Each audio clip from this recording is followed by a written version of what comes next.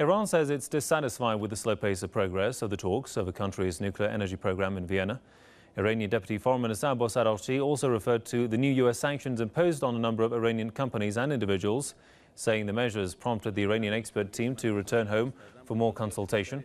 Araghchi also said the sanctions violate the spirit of the recent deal on Iran's nuclear energy program. Washington has denied that the new punitive measures has violated the deal. Under the Geneva Agreement, new sanctions will have to be stopped for a 6-month period and previous sanctions partially eased. And as amended and under the previous order. For more on this, let's talk to Professor James Fetzer from Madison. Welcome, sir. Professor, first of all, why is it that the U.S. is imposing sanctions on Iran at this point in time?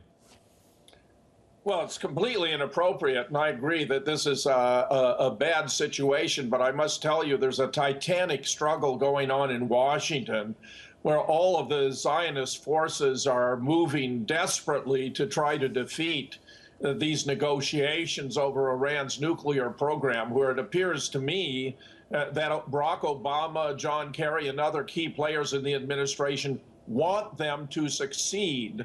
So while it's going to be messy here, I think it should be viewed as just a part of the complexity of current life in Washington, where there's a great deal of polarization between the parties. But here we're dealing with, the Zionist forces who are operating on behalf of Israel, attempting to undermine what the administration, it appears to me, wants to do. I do believe Obama, Kerry, and others want to bring about this successful negotiation of this issue, and that we should not despair just because it's going to be messy for a while.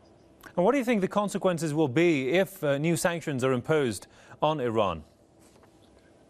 Well, that would be very, very unfortunate. I mean, I can understand why Iran might balk at it going forward. It should not happen. I mean, new sanctions are completely out of the question.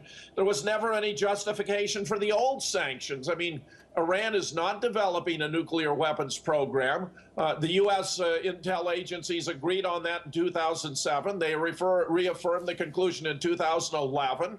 I mean, if we know anything, it's Iran is not pursuing a nuclear weapons program. The problem in the Middle East is not Iran, it's Israel, which has a vast stockpile of nuclear, chemical, and biological weapons that upsets the balance of power in the Middle East, and where the wars, the endless wars the United States has been waging, essentially on behalf of Israel, seem to have finally come to a halt in Syria.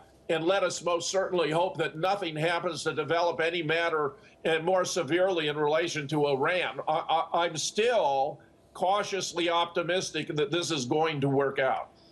Professor James Fetzer from Madison, thanks for your thoughts there, sir.